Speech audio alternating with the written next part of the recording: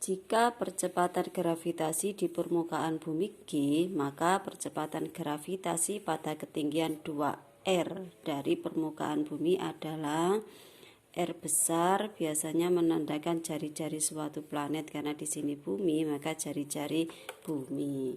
Diketahui jika percepatan gravitasi di permukaan bumi kita misalkan adalah G0 sama dengan G, maka percepatan gravitasi pada ketinggian, jadi G aksennya ini berapa pada ketinggian H sama dengan 2R. Kalau kita gambarkan, misal ini adalah bumi, pusat bumi di sini, misal ini di permukaan bumi, percepatan gravitasinya G0, pada ketinggian H percepatan gravitasi misal G aksennya adalah ketinggian H dari permukaan bumi, jadi H di sini sama dengan 2R besar. Nah, jari-jari bumi dari permukaan sampai pusat bumi, misal R0 sama dengan R besar, atau jarak permukaan bumi sampai pusat bumi. Nah, jarak dari suatu titik pada ketinggian H terhadap pusat bumi misal adalah R aksen, sama dengan berapa?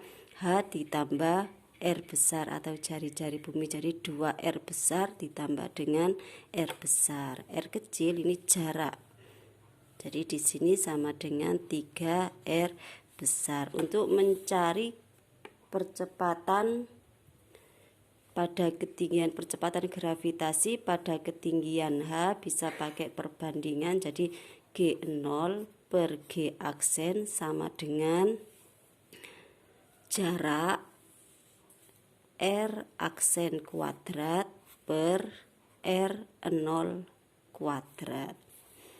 Jadi ini berbanding terbalik karena rumus percepatan gravitasi berbanding terbalik dengan jarak kuadrat.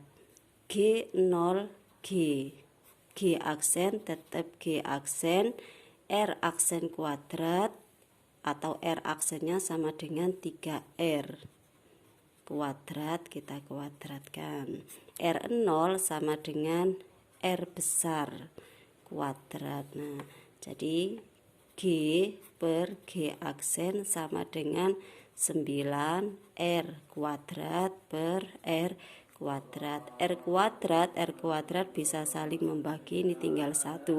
Terus bisa kalikan silang, atau gini, G aksen sama dengan G per 9 atau 1/9 dari percepatan gravitasi di permukaan bumi.